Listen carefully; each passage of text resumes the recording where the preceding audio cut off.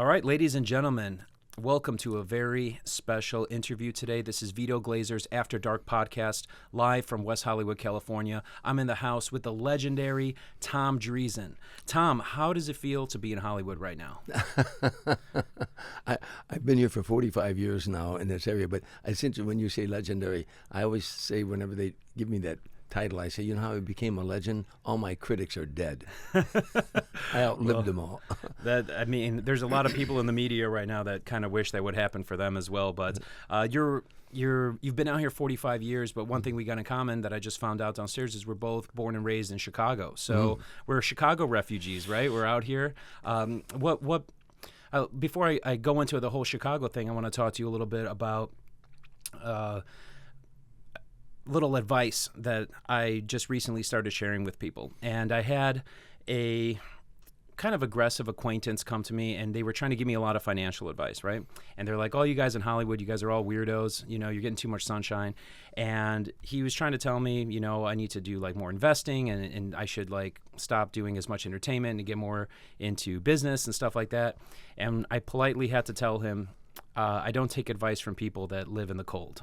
So what's your experience been like that? I mean, do you ever miss Chicago? Do you miss the seasons? Do you miss the family? I miss Chicago all the time. I don't miss 40 below zero, And when I answer, and I'm a golfer, that's one of my passions is golf.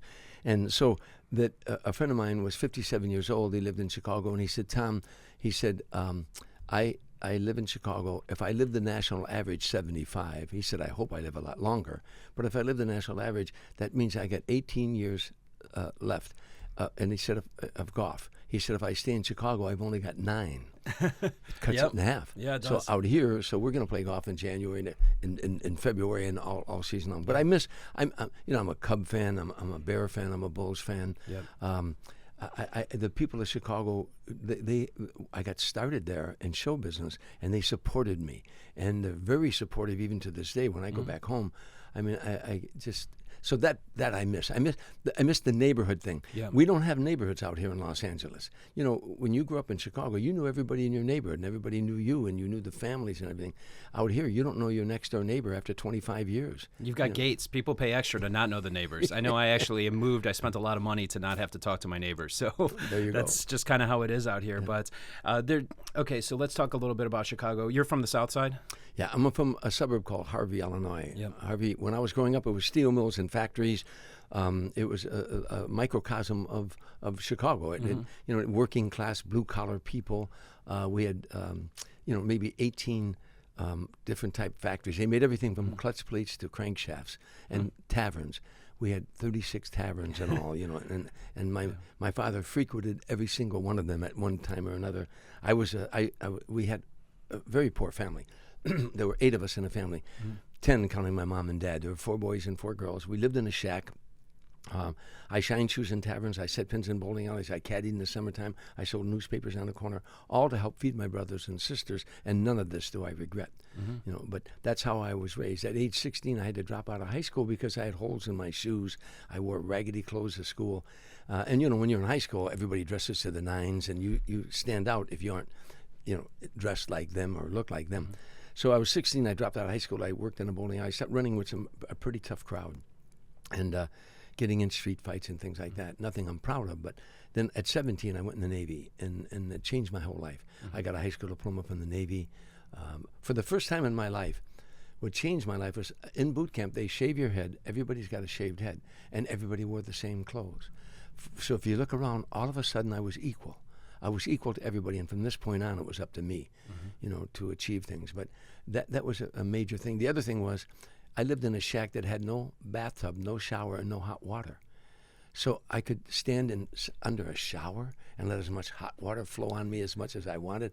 To this day, when I'm in a shower and hot water's on me, there's a sense of well-being comes over me. This is the truth. I only had 1 pair of shoes. Now I got 25 in my walk-in closet.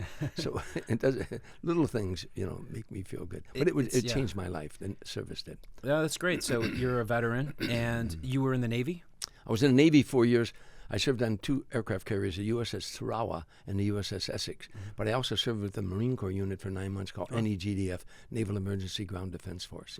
Did you see any combat? No, we trained for combat morning, noon, and night. I mean, that's what you do constantly. But I was in from 1956 to 1960, so I missed that. It was prior to. Now, 2 years after I came out of the service, I was married, and I had a couple kids, and I was going to go back in. All my buddies were in Nam, in Vietnam. A lot of guys I served with and everything. And my wife and I were on the outs at that time, and I wanted to go back in.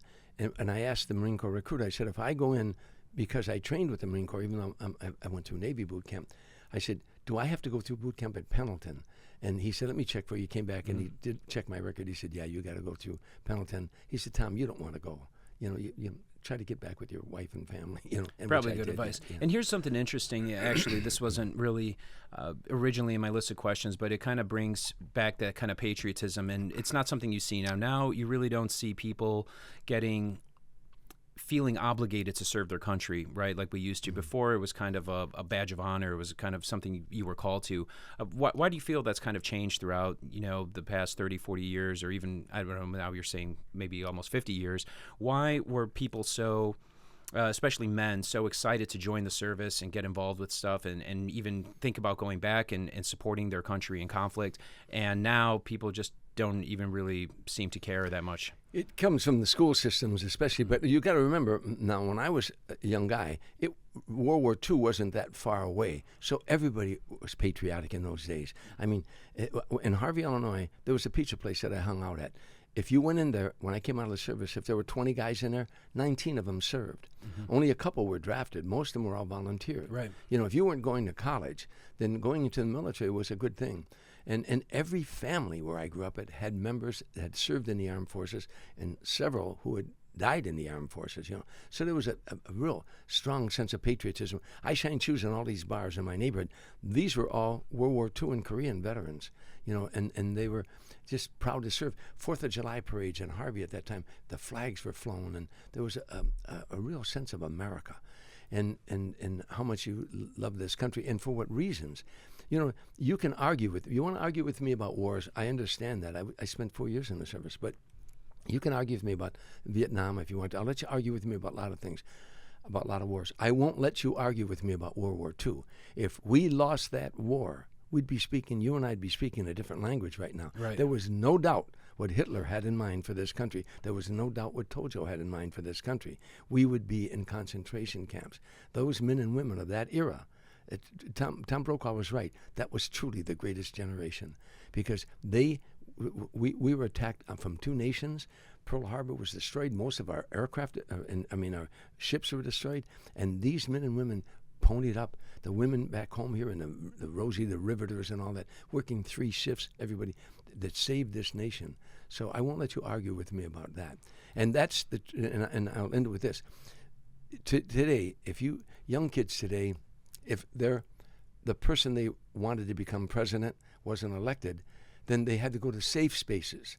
They were so traumatized, they had to go to safe spaces. And I say to all of them, do you know where your grandparents were, your grandfather was, when he was your age, when he was 17 and 18? He was on places called Iwo Jima, Guadalcanal, Battle of the Bulge, Midway, Normandy, places you've never heard of, Macon Island. Because the reason you had never heard of them is your professors have never taught you about them or taught you about American history. But they were watching their buddies getting their arms and legs blown off, heads blown off. They were holding their buddies' bodies in their arms when they were dying, when they were your age. And not one of them ever asked for a safe space. Because you don't know it. You live in a safe space. It's called the United States of America, and because of those men and women. Yeah, and I salute the vets, and I totally respect all your insight and your opinion on that. One thing you kind of just turned me on to right now that I'm thinking about is I was having a conversation with a political consultant. He's in Washington, and I said, wars were fought differently back then, right? It was a lot of physical war. Now, the wars seem to be being fought. It's more of psychological warfare, economic warfare, almost social media warfare, right? It's the power is being taken and controlled through a longer I call it, these international enemies of America are playing the long game.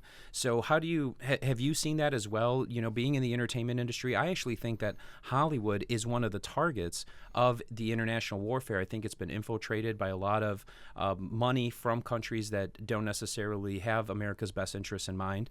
And they are actually using and weaponizing Hollywood content production and social media platforms in order to weaken America and take it over without ever having to fire a single bullet. Amen. Have you seen any insight on that with 45 years in the entertainment business? For 52 years, really. I've been a comedian for 52 years, but I've been out in Hollywood since 1975, 74, 75. But Plato said, give me your storytellers and I'll rule your country. Give me your storytellers. Yes. Politics is downstream of pop culture. Give me your storytellers, I'll rule your country. And Hollywood is the storyteller. They tell the story. So certainly you want to infiltrate that. The wise thing, that the enemies of this nation have done. First thing you must do, you've got to remember the America I grew up in. You went to school in the morning, and you said a morning prayer. You said the Lord's Prayer. I went to Catholic school, right? And then you said the Pledge of Allegiance. There was a flag in every classroom, in every classroom in America. So first thing I do, we got to stop this nation from believing in a God. They must believe in a government, but not in a God. For God's sake, not in a God. 90% of Americans believed in God after World War II. Today, about 52% or something like that. So they succeeded. And whatever you do, don't let them pledge allegiance to the flag. You pledge allegiance to the government.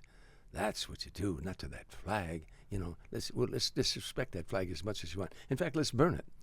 Let's burn the flag and say, we've got a right to do that. We've got a right to do that. We can burn the American flag. And they did it. And they're very successful. Our enemies are very, very successful without pulling a trigger anywhere. And every generation has to renew that patriotic thing. Every generation.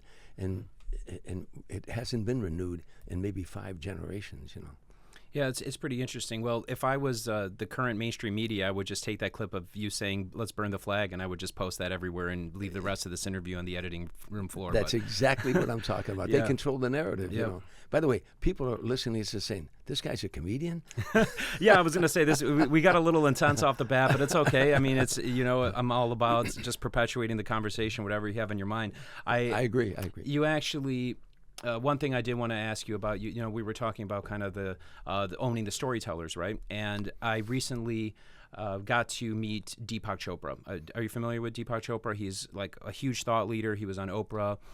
Very cool guy, spiritual. He wrote a book on Buddha. He wrote a book about Jesus. Very brilliant man. Yeah, I know about him, but I don't know him, but I know about him. So I got to ask him, kind of in a setting like this, I got to ask him a question, and I was really looking forward to it because I'm really into spirituality and higher thought process and stuff like that. And I decided I was going to try to stump him with a really good question. And now I own a PR company, so I was also hoping that whatever he answered was going to be something I could use in my advertising, right, to promote myself a little bit. Huh. So he ended up giving me the best possible answer. But I asked him, I said, Dr. Chopra, what do you think is the meaning of life? And he gave me this amazing answer right off the top of his head. He already had it ready. It's as if I had sent him the questions the day before. He said, the meaning of life is to share your story and to tell your story. I agree. And we had a discussion off camera after, and we were talking about and just breaking it down. And he's like, think about, you have an amoeba that's like a one-celled organism, right? What is that amoeba's purpose in life, right? Just to copy its DNA and make another one-celled organism, right? Mm-hmm. All the animals in the wild, what is their purpose? Is to pass on their species, right? And to pass on the information that they know that's genetically programmed into them. And humans do the same thing, right? But I feel that that's why the actors, the writers, the creators of humanity have always been held in the highest regard, right? In the movie The Social Network, there's a great quote where I love where the lawyers are talking to Harvard and they're explaining it, and the Harvard professor says to them, we've had 10 presidents and 3 movie stars come out of Harvard. And the lawyer says, who are the movie stars?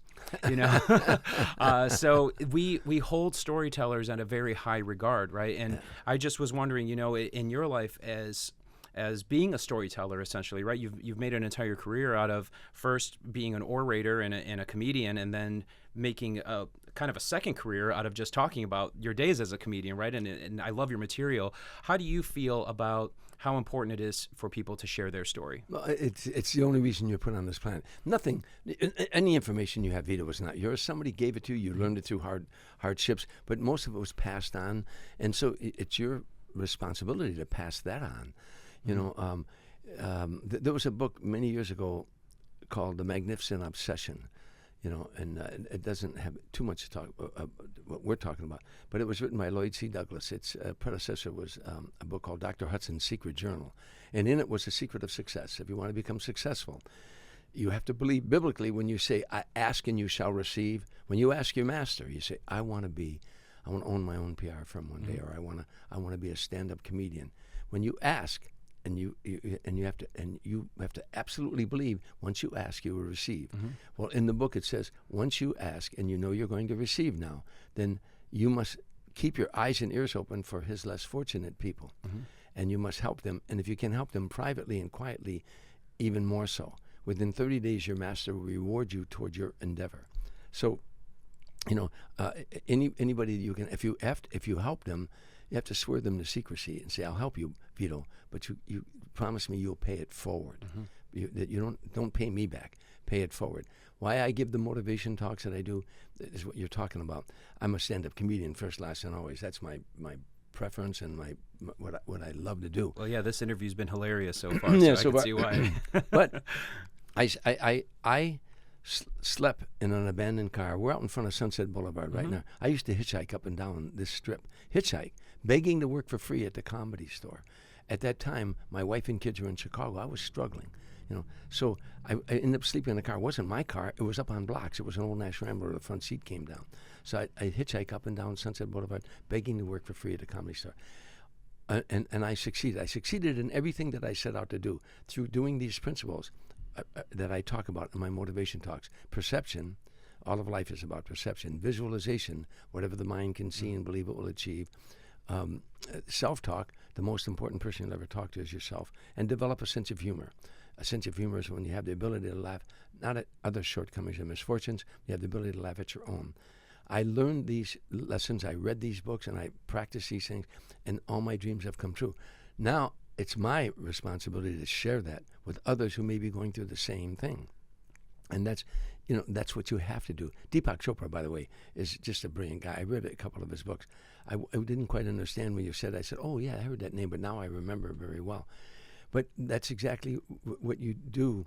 You know, you're put here to, you're going to change lives everywhere you meet. Just us, you being here, we changed Clara's life, you know, just because she had to be here.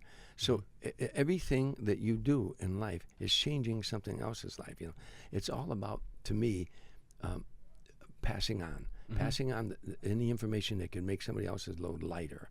You know, that was a long answer to a short question. No, I love it. And so you touched on something. You said you were hitchhiking out here. You were married. You had just gotten out of the service. You had some kids. The family's back in Chicago. You're here trying to make it in show business. I just got married about a year and a half ago, and I'm also married to a comedian. I'm married to Tori Herman. She's she does the Russian versus America comedy videos on Instagram, and it's not war based. She basically does humorous comparisons of Western culture versus Eastern European culture, and she's generated a gigantic following from it. So we have this conversation all the time. So we both work in the entertainment business, right? I'm more kind of in media and production and public relations, and she's more kind of, you know, front and center and getting a lot of attention. But we always talk about how blessed we are that our careers and our goals are aligned, right? Because we're constantly amplifying each other. But I have a lot of friends who the entertainment business has ruined their relationships, or who find it difficult to maintain a relationship with somebody outside of the entertainment business because of all the sacrifices and all the instability and stuff that comes from being a creator. We use the term creator now, so it doesn't matter if you're on social media, if you're creating a course, or if you're creating your stand-up or a film. So if you're an entertainer or a creator, do you think it's fair to your partner to be in the entertainment business? Let me think if I can word this question better. Should do you think it's appropriate for people who are married to pursue their dreams in entertainment? Yeah, because you're here for a blink of an eye, you know. But also Pythagoras said, even though he was a great mathematician, he said life is like I'm paraphrasing, but he said life is like the Olympic Games. There are those people who choose to get in the arena and go for the gold. There are others who choose to sit in the arena and watch those go for the gold. And then there are those who choose to sell trinkets that are watching those go for the gold. And you're one of those three. I wanted to be in that arena, and I wanted to go for the gold. My ex-wife, she didn't want to be in the arena. She's just very happy sitting in the arena, and she didn't want to sell any of them damn trinkets either. You know? But that didn't make her wrong. That was just who she was. And it didn't make me wrong. It's who I was. It was a very bad match, because she didn't marry a comedian. I came out of the service, you know. I met her when I was home on leave, but then when I came out of service, she got married. She married a working guy. Her dad worked in a factory for 38 years, never missed a day, and went to work every day. Went to work sick. He brought a check home every Friday, And I go into this business where there's hardly any money in it. Tim Reed and I were America's first black and white comedy team, as you know. And there was no. He had a wife and 2 kids. I had a wife and 3 kids. There was no money in it. So she was adamantly opposed to the business, you know, and rightfully so. But you know, you can. It doesn't matter that you're both in the same profession or one understands the other. It's if you love somebody so much that you want to spend the rest of your life with that person, you want that person to be happy, both of you. And the reason why I say you got to pursue your dream. I talked about this and I'm sure you're hearing it for the second time, but I was on an airplane one time flying, and I picked up everything. I read everything with the air sickness bag, you know, and I read this thing about anthropology. And I'm not, Dr. Carl Sagan wrote the article, and I'm not interested in anthropology, but he was talking about dinosaurs ruled the planet for 250 million years. And man in his present form, Cro-Magnon, Neanderthal, to now maybe 100,000, I don't know, somewhere. And that this Earth has been here 5 billion years, according to science, and it's going to be here another 5 billion before the sun destroys the Earth. That the Earth is actually moving closer to the sun, and one day it will look not unlike Mars looks like right now. You know, but I set that magazine down. I said, this planet was here 5 billion years before I was born. Not thousands, not million, 5 billion. And it's going to be here 5 billion after I die. That means my lifetime in this planet is a blink of an eye, a speck of sand. Pow, it's over. That you would spend one moment of that blink of an eye bitching and moaning your lot in life. If you spend one moment of that speck of sand, that blink of an eye, not pursuing your dream, not going after what it is you want, it's spitting in your master's face and saying, I don't appreciate this great gift of life. Every day is a celebration. Every day you open your eyes. What wonderful thing am I going to do today? Whose life might I change today? Who might change my life?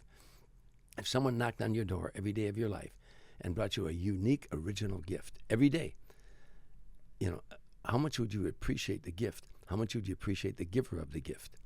So, in answer to your question, you know, yes, go for it. She should go for his. You should go for yours. We both should go for it. You know, that's what you're put here for, to do all you can to follow your dream. And if you don't have a dream, then help somebody else reach theirs. So I got to ask you. You were divorced, or you mentioned that you refer to her as your ex-wife. So you got married. She married a factory worker, right? You had 3 kids with your first wife. My only wife. Your only wife. So you never got remarried after that. Why did the marriage end? Was it because of your role in the entertainment business? No. Well, no. Just we went our separate ways. You know, after she separated from me 3 times while I was pursuing this show business career. One time before, and then 2 times after. Now, and I finally got her together. I finally brought the kids out here to the West Coast, and I started doing well. And then now I'm doing the Tonight shows, and I'm touring with Sammy Davis. I'm touring with all these different artists, Smokey Robinson. I'm making money. We bought a home. And we had 2 cars, and life was really good. But as time went by, and the kids were getting older, we realized we weren't compatible anymore. You know. So obviously entertainment business did have some effect on your personal life. How would you do it differently now, or would you continue to repeat the same thing in order to be where you are today? I do exactly what I did. Before I toured with Sammy Davis Jr., I heard him sing a song one time. My wife and I were separated. I was staying in my brother's apartment. He had an attic. That's how I stayed up in the attic. I was so down. I mean, everything was going against me. But I heard Sammy Davis Jr. singing this song, and ironically, years later, I toured with him. But he sang a song called "I Gotta Be Me" from a Broadway play. And the lyrics of that song just really resonated with me. Whether I'm right, whether I'm wrong, whether I find a place in this world or never belong, I gotta be me. I'll go it alone if that's how it must be. I can't be right for somebody else if I'm not right for me. And those lyrics just resonated with me. I could never be the best father, the best husband, the best friend, brother, neighbor, if I was never right for me, if I never pursued that dream of mine. I'd be sitting in a bar somewhere right now. I probably would have been dead a long time ago, but I'd be sitting in a bar telling people, I could have been a comedian. No, if you could have been, you would have been. Don't sit here and tell us what you could have been. Yep. And I saw myself in that place that one day I'd be saying, I might have been, I could have been. I said, no, I'm going to go for it. And I don't regret that one bit. And my children, they didn't care whether I was a coal man or a comedian. They didn't care. They and I uprooted them out of their schools in Illinois to come out here and chase my dream. They left their friends and their cousins and their family and schoolmates to follow their dad. And they never stopped saying, I love you, Daddy. I got the greatest kids in the world. Well, you're very blessed. So that kind of leads me to my next question here. I know a lot of people in the comedy business, and comedy, just like pretty much anything else in entertainment or honestly even in business, a very small percentage of the people have the majority of the success, right? So I see people, I know people just like you, maybe they're not hitchhiking and sleeping in a car, but they're working an Uber job or doing something that they don't want to do so they can get up there and get their 10 minutes at the Comedy Store or the Laugh Factory. So 52 years as a comedian, 45 years in Hollywood. How do you define success? Christopher Morley had the greatest line. Success is living the life you want. If you wanted to be a wino and just be a wino and just not and let the rest of the world go by. You only met my wife for 2 minutes. How do you already know what success is to her? I mean, that it's doing success is living the life you want. People say to me a lot of times as a comedian, they'll say, how come you never got a sitcom? Because I turned them down almost all the time. Really? I was touring with Frank Sinatra as his opening act for almost 14 years in 45, 50 cities a year, flying in his private jet all over the world. Now, when I was a little boy shining shoes in a bar in all the neighborhoods, Frank Sinatra was on the jukebox. When I came out of the service and I was tending bar, all my buddies, we'd close the bar and we'd lock it up and I'd be stocking, and Frank would be singing, "Come fly with me. Let's fly away." And my buddies say, "Man, what do you think that'd be like, flying with Frank Sinatra?" And here I was flying with Frank Sinatra all over the world. At the same time, as a kid growing up, I was an athlete. I played football. I played basketball. I'm a little guy, but I played basketball on an all-black basketball team. I played football, all-black football team, and I do a lot of routines about that. In fact, I got an album out in front of an all-black audience called "That White Boy Is Crazy." I'm the only white comedian ever do an album in front of an all-black audience. And you heard me say that when people say, how could you do that? I always had the same line. What color is laughter? It's good. What's the color of laughter?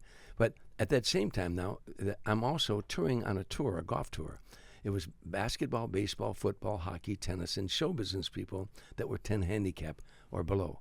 So it was Johnny Bench, Mike Schmidt, Mario Lemieux, John Elway, Dan Marino, Michael Jordan. We had 42 Hall of Famers. Show business, it was Jack Wagner, me, Eddie Marinaro, Frankie Avalon, Smokey Robinson, different different people. Now, my point of that is, here I was flying in Frank's jet all around the world, and I was inside of an arena. If you'd have told me when I was a little boy, you hear the guy in the jukebox, one day you're going to go fly with him. If you'd have told me when I was a little boy that one day you're going to get inside of an arena and you're going to compete with the greatest athletes who ever lived in your lifetime, I'd say that's impossible. That can't possibly happen, nor could me flying in Frank Sinatra's jet. And I was doing both of those. And people say, you want to come and do a sitcom? That would mean you're going to be with a crew of maybe 6 or 7 or 8 actors, bitching and moaning, complaining. He got 2 laughs more than me and all that stuff. I was living the life I wanted, and I don't regret it at all. A wise philosopher once said, in the end, all you have are memories. He said, in the end, all you have are memories. make some good ones. Absolutely. Vito, I got some good ones. And I'd love to hear it. So your claim to fame, I would say, is that you were, I use the term Frank Sinatra's right-hand man. You say that's not appropriate, but what was your context into working with Frank Sinatra and how you built your career with him? It was purely by accident and by being glib at the right time. I had toured with Smokey Robinson, Mac Davis, Tony Orlando and Dawn, Frankie Avalon, James Darren, Gladys Knight and the Pips, Natalie Cole. I was touring with all these different type singers because I could work clean, and they needed a comedian that could work clean in front of their audiences. It's hard. It's hard to do the clean sets. But in those days, I'll get back to how I met Frank Sinatra. But in those days, television was this big: ABC, NBC, CBS. Yeah. So anywhere you went in America in those days, people say, "What do you do for a living?" You say, "I'm a stand-up comedian." The next question out of their mouth was, "Oh, yeah? Have you ever been on Johnny Carson?" Yep. If you hadn't been on Johnny Carson in the eyes of America, you just weren't a comedian. You might want to be one. You might going to be one, but you weren't one now. Freddie Prinze made one appearance on The Tonight Show, and the next day got a sitcom. The word was out. That's the show to get on. So as a businessman, you watch the show. Excuse me, we're in show business. That's two words, show and business. I'm watching The Tonight Show. How do you get on there? Those comedians had to write material that could make grandma and grandpa, mom and dad, and the kids laugh. Yep. There was no cable television in those days. So that's how you had to get them. So now I ended up doing 61 appearances on The Tonight Show. So 61 appearances? Yeah. You had to keep coming up with a new 5 minutes every time you did the show, right? So I had developed a wealth of clean material. Now I'm on the road with Smokey Robinson. I'm at Caesar's Palace in Lake Tahoe, Caesar's. And Frank Sinatra's appearing at Harrah's. And I had worked Harrah's many times with Sammy Davis. So I called the maitre d'. Now, and I'll show you how fate is. I could have went over there any night that I was with Smokey. We were there for like a week. I don't know what made me go that particular night, but I came off stage. I called the maitre d' at Harrah's and said, "I want to catch Frank's show." He said, "Don't worry, Tommy, we'll take care of you." I had seen Frank Sinatra perform a couple times. He created more excitement walking to the microphone than most people did with their whole act. When Frank walked out to that microphone, the room was electrified. People would stand and cheer. This was their hero. They loved Frank Sinatra's music. Now, so I didn't want to miss that opening. I leave the stage at Caesar's, and if you know Lake Tahoe, it's one casino away to Harrah's. And so I didn't change out of my stage clothes, and I rush like a madman. I go running into the main showroom, and there's the vice president of Harrah's Hotel standing out in front, a man named Holmes Hendrickson. He's with a guy, heavyset guy with a cigar, And I'm running in the showroom, and he sees me. He said, "Tommy, come here, come here." I reluctantly went over because I didn't want to miss Frank's opening. He said, "Tommy, this is Mickey Rudin." Well, I recognized the name. That was Frank Sinatra's lawyer, very powerful guy in Hollywood. So he said, "Mickey, this is Tom Dreesen, and I think Tom would make a great opening act for Frank Sinatra." And the lawyer rolled his eyes and, like he'd heard this a million times, and he winked at the vice president, but I caught the wink. And he looked at me. He said, "Hey, kid, if I gave you a week with Frank, would you want more than 50,000? I said, "Mr. Rudin, put it this way. If you gave me a week with Frank, would you want more than 50,000? He said, "Oh, I like this kid." He laughed. A week later, they gave me a week with Frank at the Golden Nugget in Atlantic City. They called me to do it. And I the second night I was with him, I can remember like it was yesterday, he and his wife Barbara took me out to dinner. And I was sitting across from him. He set his knife and his fork down. And he said to me, "I like your material. And I like your style. I'd like you to do a few other dates with me if you're interested." And I didn't say, "Let me check my calendar." I said, "Yeah." I said, "Oh, yeah, this is, So, and it turned into 45, 50 cities a year. An experience, I was an experienced comedian at that time, excuse me, opening for a lot of stars, excuse me. But I never opened for 20,000 seats for the great Frank Sinatra. I was going into arenas where 20,000 seats. In Hawaii, 40,000 outdoors. Wow. This is a whole different dynamic for a stand-up comedian. If I did 20 minutes tonight at the Comedy Store, or 30 minutes at the Comedy Store, or the Laugh Factory, that same material that I did there, if I took that same exact material to open for Frank in front of 20,000 people, that same material takes on a totally different dynamic. There's a difference in timing, And so it was a real new experience for me. I had to learn a lot of new tricks, How old were you when Frank recruited you at the dinner? I was in my late 30s. Late 30s? Yeah, I'd already been doing a lot of stuff. What's the age difference between you and Frank Sinatra? Oh, he was 28, 30 years maybe older than me. somewhere around that, probably 28 years older than me or something, 30 years older than me. Really? Okay, so he was kind of a mentor then. Oh, without a doubt. He, when I first went on tour with him, he was the boss. Frank Sinatra was the boss of his tour. Yeah. He was the boss. And I treated him that way. Later, as time went by, he liked to hang out till dawn. He never went to bed till the sun came up. He was nocturnal, whether we were on the road or off the road. When I stayed at his home in Rancho Mirage, that he would stay up till dawn, and we'd ride around the desert till dawn. But I forgot what point I was going to here. Well, anyways, he was a good mentor for you. I'm sorry. He was the boss. Yeah. And then as time went by, he became like a buddy. We were hanging out. Toward the end of his life, he was more like a father to me. He would give me fatherly advice, That's really nice. A lot of things that I'll take to my grave, I would love to hear this because I know you got a million Frank Sinatra stories and you've even written like some books and stuff about them. But what is your favorite Frank Sinatra story to tell? There's 100. That's why I wrote a book called Still Standing: My Journey from Streets and Saloons to the Stage and Sinatra. And it's got I'm plugging, cheap plug, but plug it. Yeah. It's got 450 5-star reviews. I'm real proud of the book because I kept stories whenever, from the day I first went in the show business, when Tim Reed and I were America's first black and white comedy team. Whenever something poignant or something funny happened, I'd go back to my room and I'd journal. I'd write it down. I'd turn that all into a real good book that people are enjoying, and it's triumphant. And I want them to enjoy it because I want them to overcome obstacles like I had to overcome it.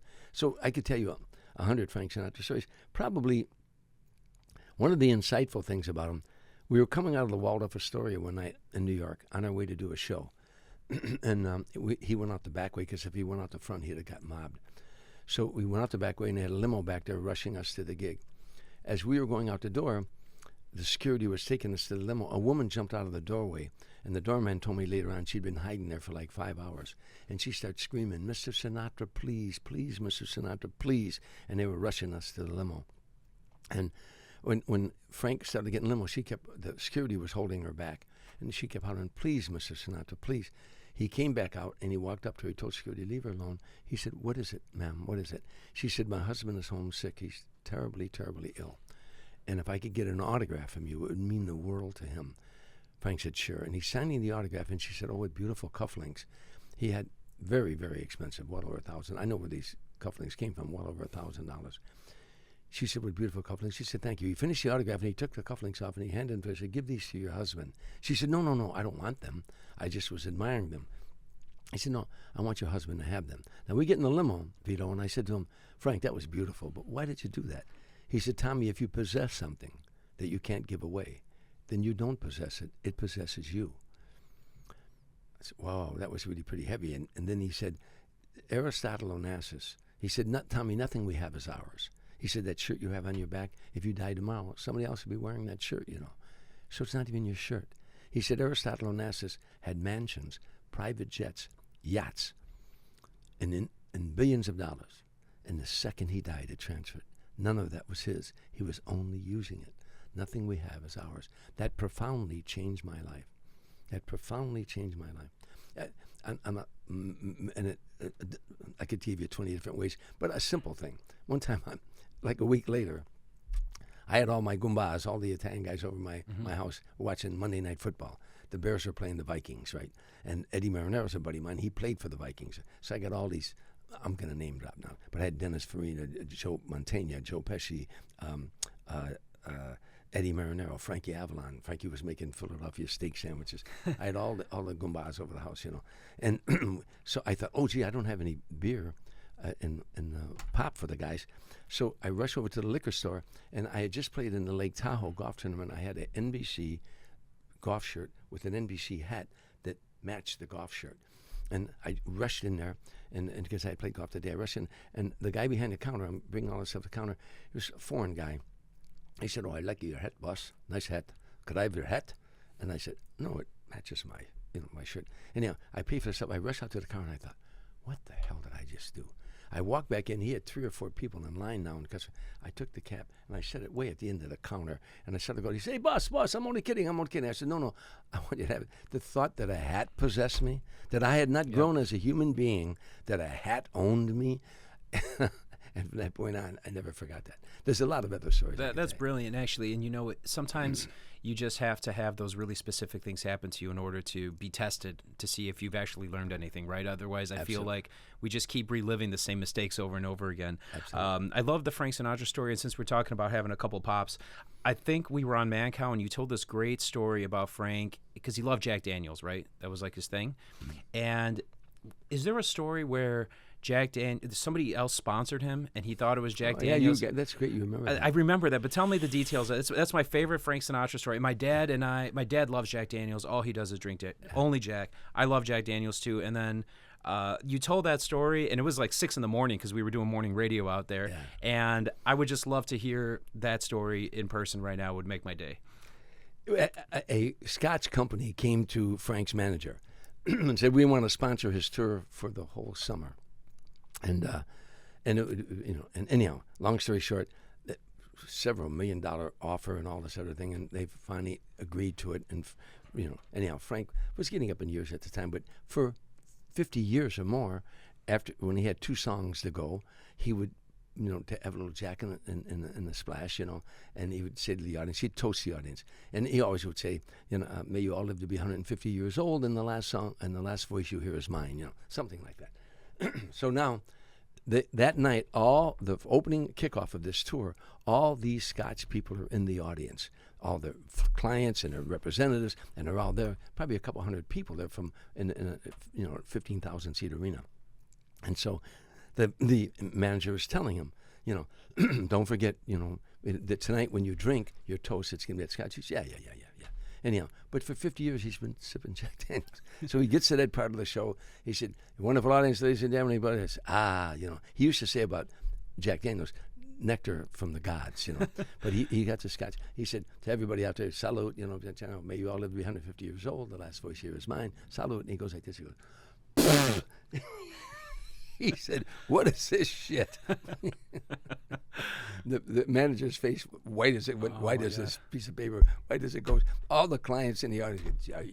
That was the end of that. Oh man, it's tough. I know how it is too because I work on a lot of brand deals, and I think that's why that story comes up a lot. And I just wanted to make sure I had it right, so I wanted to be on the record with you with that story because I heard it once and I've retold it a lot of times because it just comes up a lot, And like I said, I like Jack Daniels too, and I'll go to a party or an event and I'll order the Jack and I'll drink it. And I had the same thing happen. I just spit it out. I'm like, I don't know what you gave me, but it's not Jack Daniels. So I think there's just something about, I guess you call them the Goombas, but I guess it's something about the guys who like our drinks a certain way.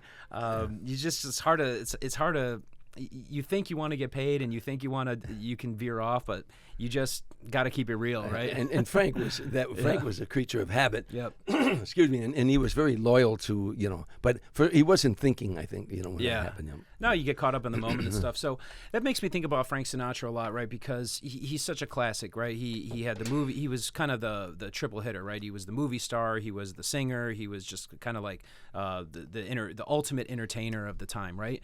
How do you think Frank Sinatra would be received in today's world, and how do you think he would navigate today's entertainment industry? He would stay true to what he is, his own voice. I'm sure he was dedicated to that. What people forget about, why he's, in my opinion, the greatest pop singer of all time, arguably. I mean, most people would agree to that. What people forget about Frank Sinatra was what a great actor he was. He won the Academy Award. He never took an acting lesson. One night, sitting at his home, I was sitting with, these are his house guests, Kirk Douglas, Gregory Peck. They had their wives there. All the women went to bed. It was Kirk Douglas, Gregory Peck, Robert Wagner, Clint Eastwood, Jack Lemmon. And they were talking about film. All us guys were all sitting around. It was like 2 o'clock in the morning. They were talking about film and all that. And I noticed they were showing great reverence to Frank, these learned actors. And I'm curious because in Hollywood, everybody wants to know who you studied with, So I said to Frank, "Did you study acting?"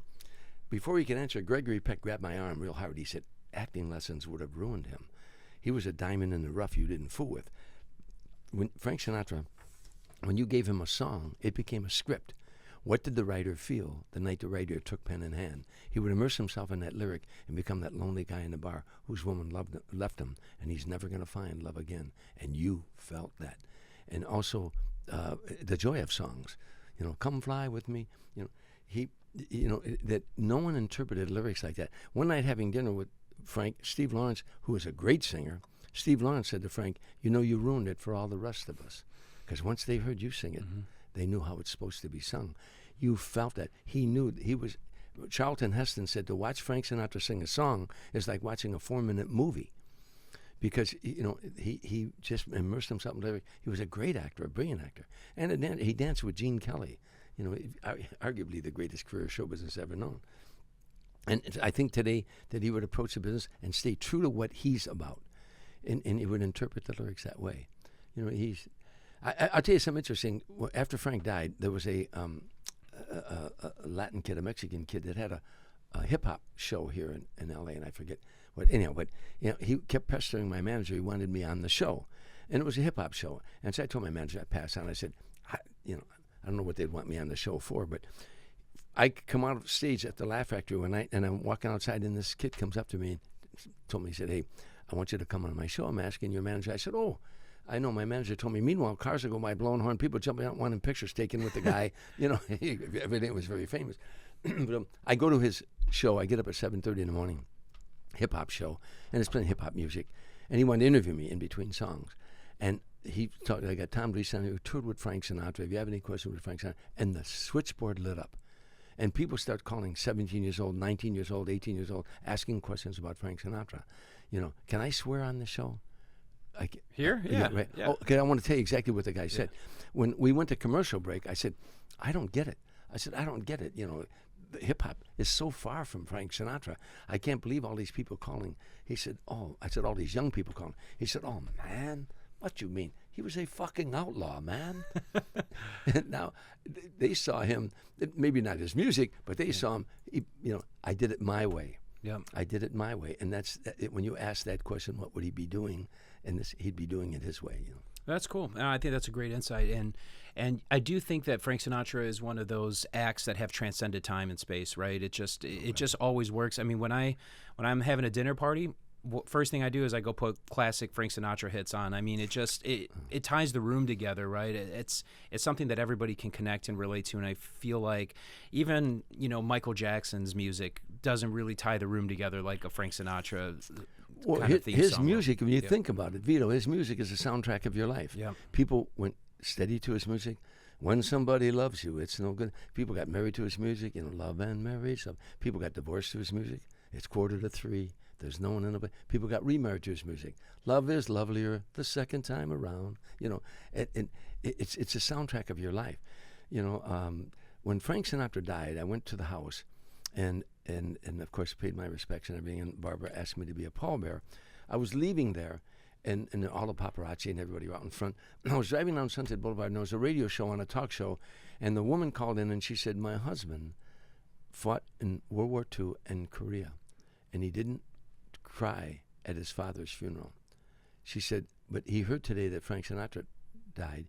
He went to his room and he's in there sobbing." She said, "I don't get it, but I got it, because Frank Sinatra, as long as he was alive, a part of you was alive. Whether you're a housewife in Portland, Oregon, or you're a steel worker in Detroit or something, his music was the soundtrack of your life. So if Frank Sinatra died, then maybe we're going to die too." Yeah, it is a little scary, right? So, and I think part of the reason Frank Sinatra had so much mass appeal, I mean, you hear about the behind-the-scenes stuff and the rumors and whatever, right? That they were going around breaking people's legs, and people in the crew were doing whatever they were doing, right? But living the full-on old-school Vegas life. But he presented himself in a way that was so mainstream, right?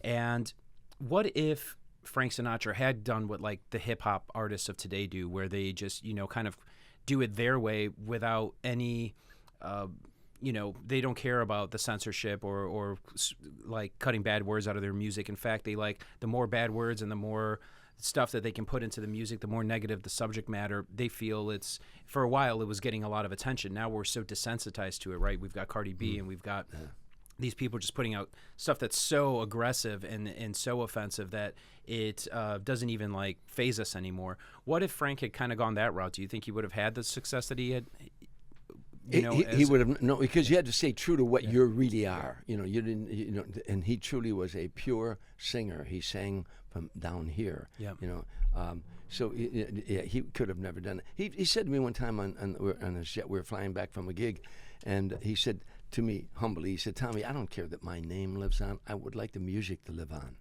You know, and it is, and Michael Bublé say, you know, there are singers out there that young kids today can still understand the lyric. You know, a lot of. By the way, I'm all for singing whatever you want to sing, saying whatever you want to say. That's what thousands of men and women died, so we have the First Amendment. Yeah. You know, the freedom of speech. So Frank would have honored that. He didn't understand. You know, he used to say to me about swearing. I never swore in front of his audience. And when we were alone, you know, we were two guys. He was a kid from Hoboken. I'm a kid from Harvey, Illinois. You think that we didn't, you know, interchange, you know, street language and stuff like that. But one night I had like a guy not heckling me, but giving me a lot of back talk, you know, at I think it was at Caesar's Palace. And anyhow, but it was a fun guy, and I was going back and forth with him, and somehow I would give him a lot of rope. I would repeat what he said back to the microphone so that all the audience could hear it. And finally he said something about himself that it was obvious that I had made that point, but I said, "No shit," and it got a huge laugh. Later on, Frank said to me, "Tommy, that was funny, but you don't need to swear to be funny." I said, "No shit." today, you know. No, but kids are saying it to their parents nowadays. Oh, it's and- like, it's crazy. yeah. But you made a great point, right? You said a lot of men and women died for that First Amendment, right? And something that I've been noticing, I mean, you're deep in the comedy scene, and I'm in production, and I work with, you know, a lot of people, and communications is a huge thing. Do you feel that there's a war on comedy and a war on free speech overall in America today? The politically correct police. Yes, there is a war. There's a war on comedy, and comedians are the last bastion of freedom of speech. You know, Lenny Bruce went to jail for it. You know, you know, again, thousands of men and women died so that we have the First Amendment. You have the freedom of speech. You don't have to listen to us. You can walk out the door. You can ask for your money back. You can turn the knob, but you can't stop people from. You can't yell fire in a crowded theater, obviously, but you can't stop people from expressing. We live in a country where they don't jail you for freedom of speech, or they didn't used to. They're trying to make it happen now. You know, the politically correct police. And I would say, and who are you? Do you have an organization? Do you have a building do you have a banquet hall that we can go to and we can debate you about freedom of speech? But we don't know who you are, and you keep telling us what we have to say. Now, we know who the Democrats are, the Republicans are, we know who independents are, we know who the Moose, the Kiwanis, the Elks, the JCs, you know, we know who the Ku Klux Klan is, but we don't know who you are, and you keep telling us what we must say. You know, and here's the problem with that. When you start telling us what we must say, your next step is to tell us what we must think, and then say goodbye to the United States of America. We're now a communist nation. So I always end it by saying, you know, so here's what I have to say to you out there. Kiss my black ass. So now, well, hold on. I'm waiting for someone to tell me, you can't say that. Why can't I say that? I can say that. You know, you say, well, you don't have a black ass. Well, I think I have one. The guy next door, you know, he has a penis like me. He thinks he can have a baby. I'm not mad at him. He thinks he can have a baby. Okay, you think you can have a baby. I think I got a black ass. Well, it's a good way to make the impact, but I'm just saying, you know, it's interesting right now, right? And my question for you is, you know, 52 years of doing comedy, have you ever seen a climate like this before? No, I never seen so much. I mean, it's harder today to be a stand-up comedian. When I started out, it was very difficult to make it in stand-up comedy. But today, for a lot of reasons, it's harder to make it. Number one, there were no comedy clubs when I started out. You know, there were no comedy clubs. Tim Reed and I, as I keep pointing out, were America's first black and white comedy team. So we had to work clubs. So you had to have an act to get into the club. There weren't open mic nights, you know, things like that. So you had to develop an act almost at home and then take it into a club. Tim and I used to work the Chitlin Circuit, black-owned, black-operated nightclubs, the 20 Grand in Detroit, the High Chaparral in Chicago, the Burning Spear in Chicago, the Cotton Club, the Dating Club Lounge, the Sugar Shack in Boston, the Club Harlem in Atlantic City. You know, these are the clubs we worked. And we worked white clubs too, the Playboy circuits and stuff like that. But today, there's all of a sudden, overnight, there became 550 comedy clubs. You know, that meant there was 3 in Tulsa, Oklahoma. They're all over the country now. There's far more comedians today than there were when I started out. So the competition is far greater, and then again, it also that you have these politically correct police telling these kids what they should say and what they shouldn't say. There are some comedians who get away with it today because they grandfathered themselves in. They got this big following, and now you know what they're going to say. But there's some evil people out there that are going to try to shut down the freedom of speech, and you can't do. We shouldn't be able to do that with our Constitution. So there is a war on free speech. There's a war on comedy. How do we fight it, and how do we win? Keep fighting back. You can't. You can't. Lenny Bruce went to jail because of his words. A lot of people didn't agree with his words, and maybe some of them I didn't agree with, but I did agree with he had a right to say it. So you take him to the max. Don't let them shut you down. So one of the big things that is affecting the war on comedy and free speech in general is the ability for these social media networks to deplatform anybody that they don't agree with on the basis of misinformation. I don't understand how parody could be perpetuated as misinformation, but it's just an easy excuse to be able to silence anybody they want. Was there anything like that when you were doing comedy? Obviously, there wasn't social media networks, but there was television, there was platforms.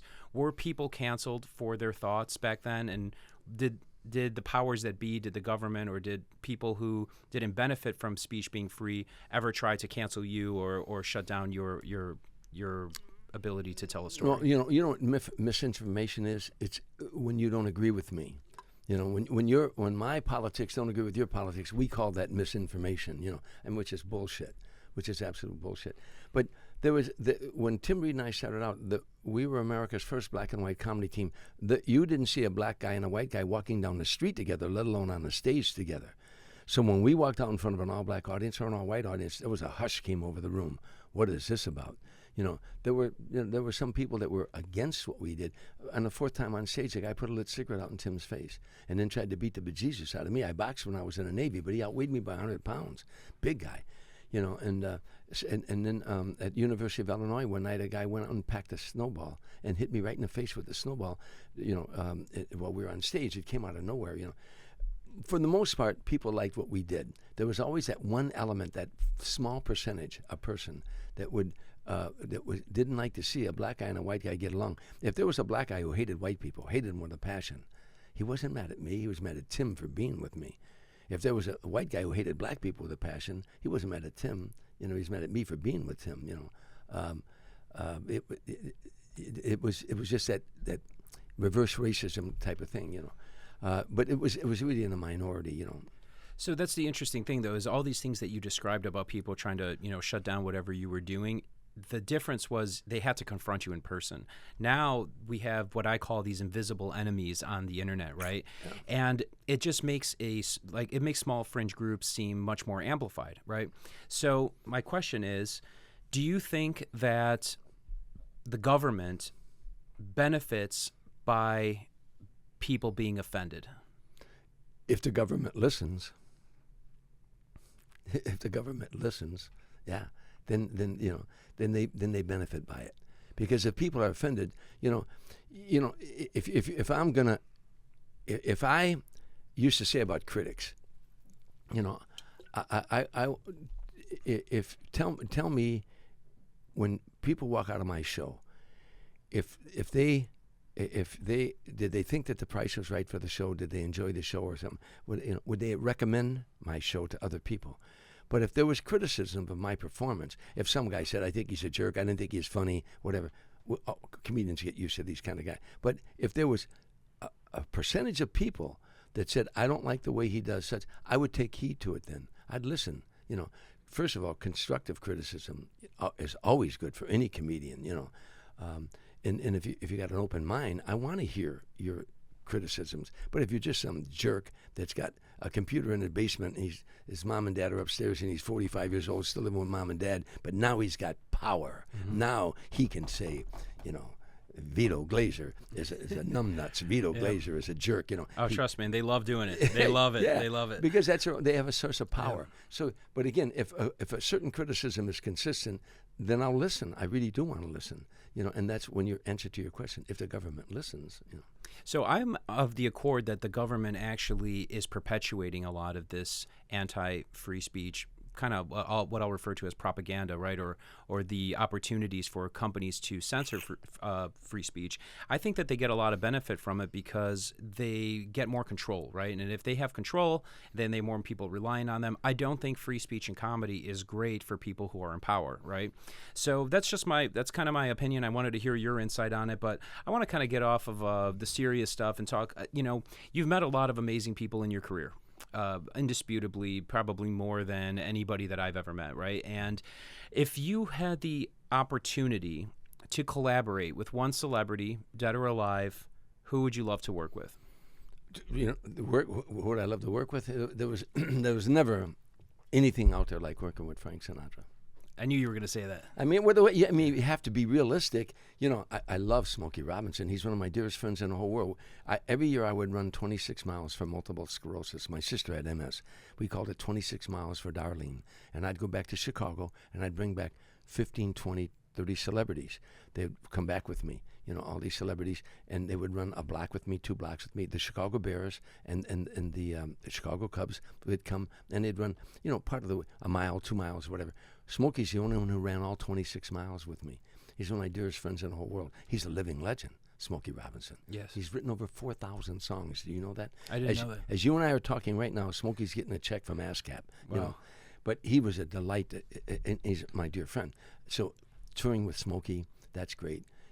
Talking with Smokey, we play golf together. I love him like a brother, and he as well loves me. But some people like that, there's national treasures. Frank was a national treasure, he really was, and Smokey is a national treasure. Those kind of people that you admired before you're ever in this business, and then you get to meet them. If it was past, I would love to have. To be honest with this, if I think about this sometimes, I would love to have sat and talked with Abraham Lincoln.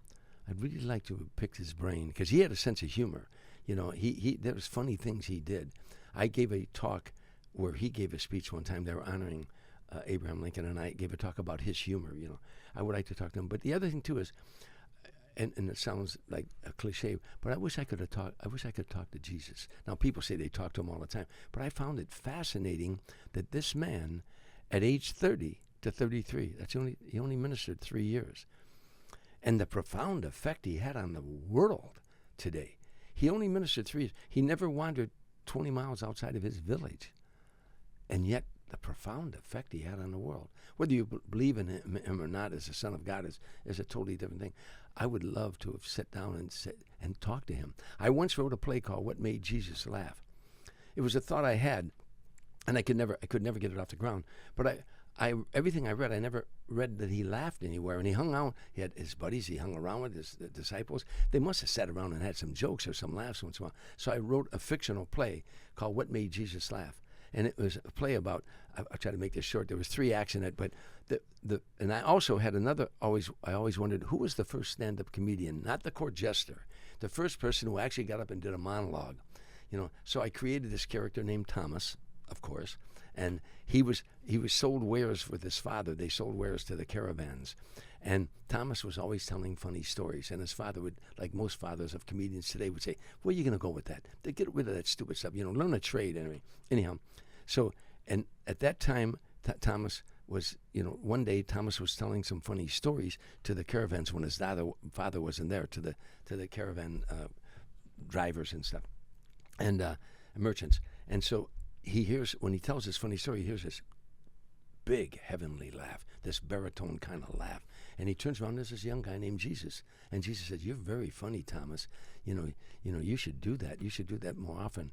And he said, my father wants me to go into his business. And Jesus said, I'm about to go into my father's business too.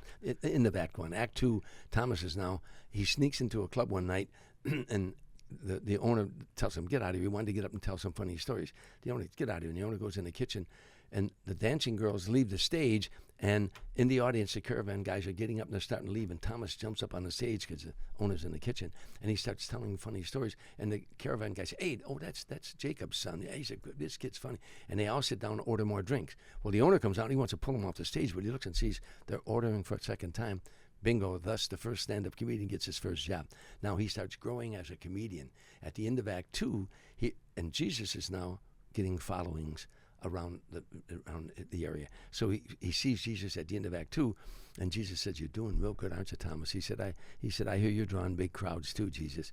He said, "Yeah, anyhow, blah, blah." Now, in Act 3, Thomas has grown so much as a comedian now. He's starting to do jokes about the Roman Empire and taxation, and he's getting warned, knock this off. Anyhow, he keeps going. Jesus is growing. At the end of Act 3, it's the end of the show. Thomas is stoned to death because he went against the government. He's laying there dying, and Jesus is holding him in his arms. And he says to Jesus, "I don't want to die." And Jesus says, "Thomas, you'll never die." And as the curtain's starting to go down, you hear Milton Berle, Johnny Carson, Bob Hope, Jack Benny. You hear voices, George Burns. You hear these guys from their act. That's where it went on to. And I never could get it off the ground. Well, when asked the question, what celebrity would you like to work with, the correct answer was Vito Glazers, but that was a great answer anyway. Well, I am working with Vito Glazers. I'm just kidding around. So, you said something earlier, too, that I wanted to come back to about The Tonight Show. So you had to be on The Tonight Show to be legit, right? That was kind of in that day, yeah. In that day. So what would you consider today's equivalent of that be for a comedian? Let's see. I would have to say Joe Rogan. Rogan? Yeah. Okay. Well, because he's got like 12 million followers. Yep. I mean, then, he's got like 100 million. Well, he does, yeah. I mean, 12 million people might listen that day, but it goes out to 100 million people. He could fill your houses. If you went on his show and he liked you, and you could fill rooms after that. Yeah. Yeah, and that's interesting because one of the most requested podcast bookings that my clients and even brands ask for is everybody asks for Rogan, and that's a really good insight because. Now, what's interesting is they charge so now he's managed by Spotify, so they charge a fortune. I can actually get like a brand on Rogan. It's around $250K in minimum ad budget, and then you get like a 15-second read, basically, right? And then you can have that Rogan ad kind of play during different podcasts and during his own podcast as well. But what's interesting and what's cool about Rogan is he hasn't forgotten about his stand-up comedy roots because if he likes your comedy and your act, he will have you on. Yeah. And it doesn't cost anything, and he just gives you a platform to kind of share the story, and I think that's really cool. So for anybody listening who's trying to get into comedy, Joe Rogan podcast, that, in your opinion, is today's version of the Tonight Show as far as credibility to a comic. Yeah, not only today's version, it's multiplied by, Johnny Carson had 28 million people watch his show.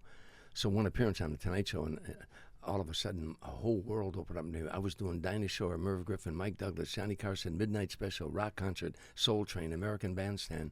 I was the only white comedian to ever do Soul Train. That show opened up all those other shows for me. But Rogan's audiences, that fills clubs all around the country. And also, I listen to his show. He's a great. I love the way he interviews. He listens, and at some point he'll throw something in that's so profound. Joe Rogan's the guy. He's the. Have you done a show? No. I'm surprised. Well, you're a great storyteller. I know he's. Yeah, I have high regard for him. I really have high respect for him, but. I don't know why I don't do a show. No, we'll take a clip from this. We'll shoot it his way. Okay, so we got a few minutes left here, and one of the reasons we connected is because I saw your new motivational talk that you're doing over at the Comedy Store. You've done it at Comedy Chateau. I guess, is this a new thing that you're doing? You're going to be kind of sharing this information, or did you just do it a couple times? Did you film it? You're trying to put it out there? No, I've done this for years. I do it for corporate America. Again, I'll repeat. I talk on 4 subjects: perception, visualization, self-talk, and develop a sense of humor. And I elaborate on those 4 points. But it's a passion of mine. I've read literally hundreds of books on the powers of the mind, from Norman Vincent Peale's The Power of Positive Thinking, Psycho-Cybernetics, Maxwell Maltz, the Power of Your Subconscious Mind by Joseph Murphy, and PMA, Dale Carnegie books, Think and Grow Rich. I've read literally hundreds of books on the powers of the mind, and I'm very spiritual. I believe in a higher power, and I used all these principles and these sciences to.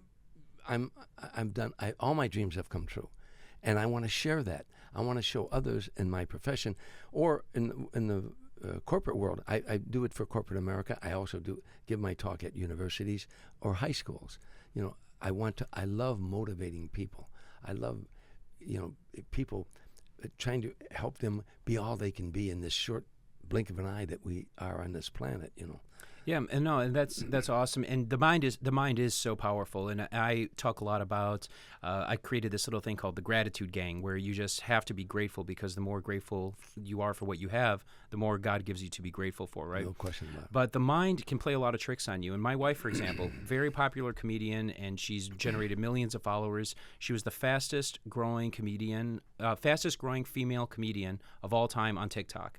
During the pandemic, and she was selling BMWs and Rolls Royces before that. She had no background in comedy. She'd never taken a class or anything. She does these skits. She's terrified of going on stage. Most of these comedians, they're out here begging to, get 5 minutes of time. She got a call from the Comedy Store when Chappelle was in town. They wanted to give her 5 minutes. And she passed. I couldn't believe it. I said, "I'll take it for you." And they're like, So what would you say to somebody like that who's like so immensely talented, but afraid to share their story on a platform like a live audience? Well, first of all, I talk about this. They did a survey around the world, the insurance companies, for 8 years, of the 10 fears of man. They went around the world. Death was she's fourth. a woman, but yeah. Oh well, man in the generic sense. Just kidding. But death was fourth, pain was second. Getting up in front of an audience was the number one fear of mankind. Most people, when they have to get up in front of an audience, like if she was going on to the Comedy Store, all week long she'd be rehearsing what she's going to say, and she would envision herself not doing well. What if that doesn't work? And her hands would start to sweat, her heart start to pound, because the subconscious mind doesn't know the difference between truth or fiction. It only knows what you program into it, the subconscious mind. Whatever the mind can see and believe, it will achieve, was written thousands of years ago. So whatever the mind can see and believe, it will achieve. I read the book, The Power of Your Subconscious Mind by Joseph Murphy, and it taught me how to program my subconscious mind.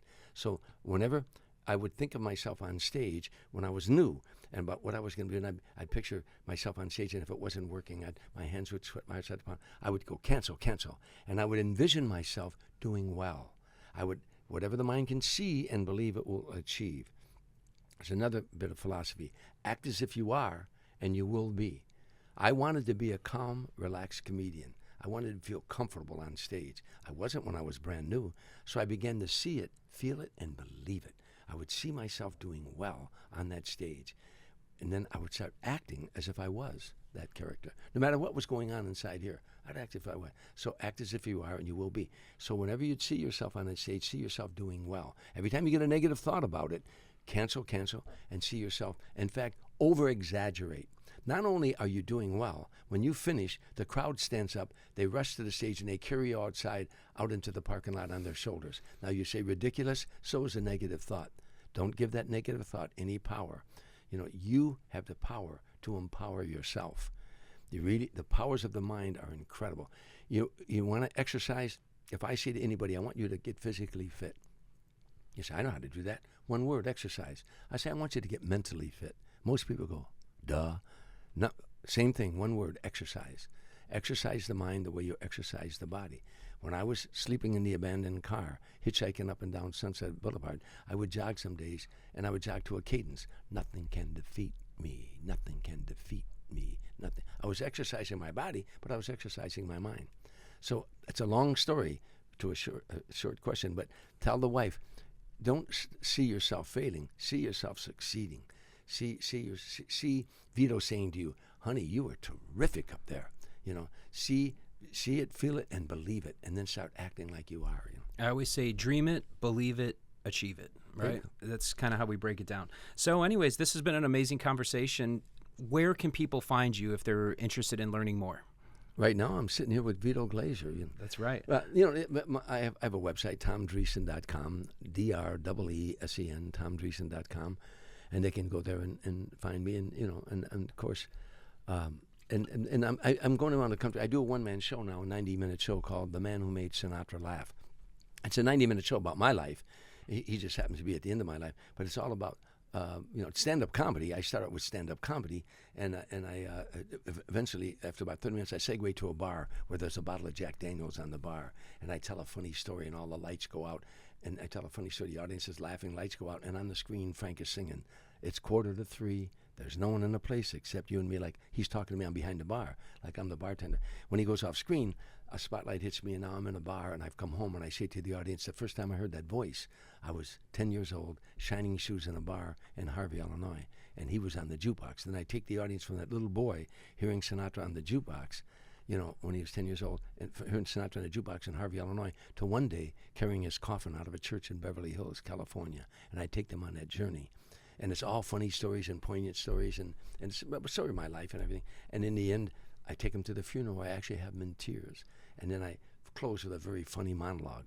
And they laugh, and I end with a toast, I say, with the Jack Daniels. I wish for all of you what Frank Sinatra wished for you. The very last song he ever sang is "The Best Is Yet to Come." Good night, everybody. And Frank is singing "The Best Is Yet to Come" as I'm leaving, as they're leaving the theater, Well, that sounds like a great show, and I encourage everybody to check it out.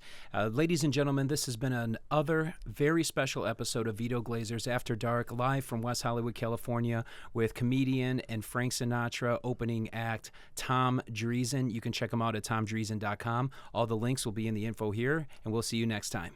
Thank you, Vito. It was fun, a lot of fun. Grateful to have you.